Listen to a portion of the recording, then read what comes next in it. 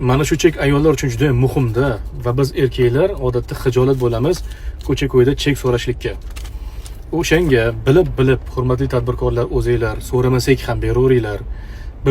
Biz uni ayollarimizga olib borib beraylik. Ular soliq ilovasidan bir urgandan keyin maza qilishsin.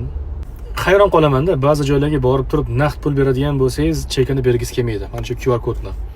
Ko'zingizga qarab turaveradi-da, indamasdan. So'raydimi, so'ramaydimi deb. Propan gaz quyganni kirdim bitta joyga va 300 mingdan oshib 400 mingga yaqinroq savdo qildim, sotib oldim. Endi qaranglar. Naqd pul berganimga ko'zimga qarab turibdi-da. Aytdim, iltimos, aka, men gadoy emasman, men sadaqa so'ramayapman va bizni bunaqangi xijolatli vaziyatga qo'ymanglar. Bizni yalintirmanglar. Undan ko'ra o'zingizlar bilib beringlar boshqalarga ham, nafaqat menga, boshqalarga ham. Shunda erkaklar unaqa noqulay vaziyatda qolib ketmaydi deb aytdim-da, keyin chiqarib berishyapti chekini. Bu ayollar uchun juda ham muhim domlanku. Haliga naqd pul bersangiz ham bunaqa maza qilishmaydi. Arzimagan 500 so'm, 700 so'm, 1000 so'm, 2000 so'm pul tushadi bitta chekdan. Lekin bir oy davomida 50 ming, 70 ming, 80 ming pul yig'ib qo'yishadi.